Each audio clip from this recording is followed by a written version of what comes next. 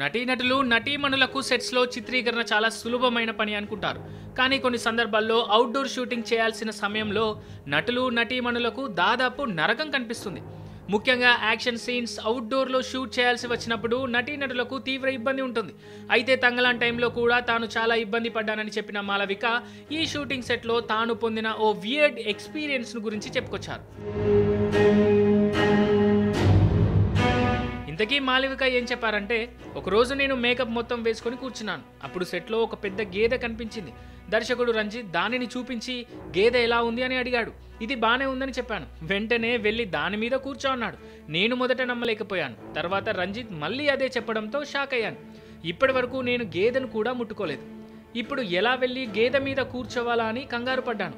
భయంతోనే ఆ షాట్ పూర్తి చేశాను అని మాళవిక మోహన్ తంగలాన్ షూటింగ్లో తన వియర్డ్ ఎక్స్పీరియన్స్ గురించి చెప్పారు. ఇప్పుడు ఆ మాటలతో నెట్టింట వైరల్ అవుతున్నారు.